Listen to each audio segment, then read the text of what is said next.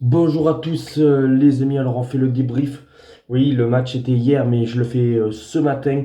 Le débrief de ce Angleterre-Pays-Bas, la deuxième demi-finale de cette Euro. Euh, Magnifique 20 premières minutes, hein, parce que les Pays-Bas ont super bien joué. On a vu que Xavi Simons a marqué l'un des plus beaux buts de la compétition. Il fait partie du top 3. Sa frappe était magistrale et on se dit, ça y est, les Pays-Bas ont pris peut-être une petite option parce que l'Angleterre, on sait que a souvent du mal, même s'ils étaient bien revenus face à la Slovaquie et aussi face à la Suisse. On s'est dit, est-ce que les Anglais vont faire le même coup que en quart de finale et en huitième de finale? Eh bien oui, un penalty que je trouve moi très litigieux.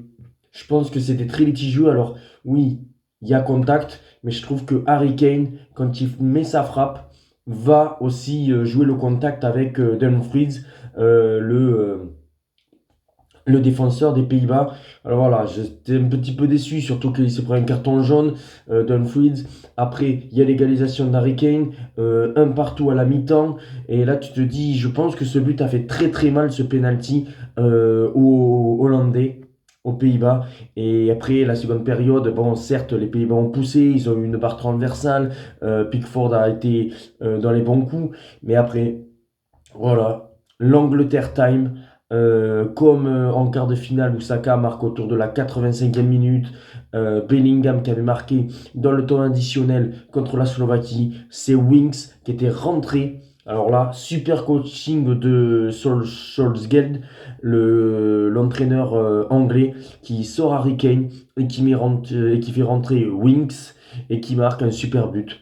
Croisé à la 91e minute et les Anglais, dans le Money Time, se qualifient pour leur deuxième finale de l'Euro.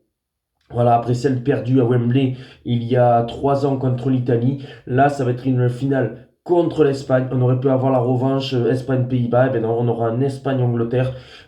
Juste avant, si vous voulez aller voir ma vidéo que j'avais faite à peu près il y a un mois, simulation, j'avais dit que l'Angleterre serait allée en finale.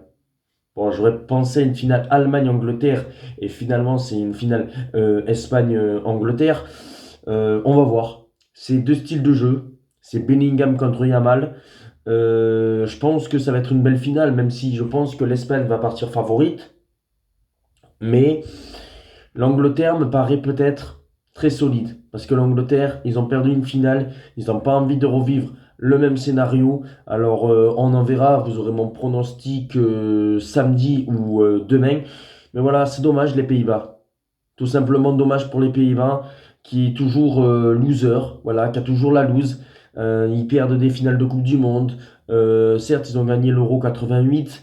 Mais voilà, ils ont toujours du mal. Ils n'arrivent pas à passer ce cap. Ils étaient pas loin là, mais ils sont tombés face à l'Angleterre. Maintenant, on attend de voir ce que va faire cette finale, hein. Voilà, Angleterre-Espagne. Angleterre-Espagne. Yamal contre Bellingham. Un duel de jeunesse. Hâte de voir aussi le duel Williams contre Walker. Ça va être pas mal. Je sais pas ce que vous avez pensé de ce match, les amis. Dites-moi en commentaire. Et on se retrouve pour le pronostic de la finale. Ciao.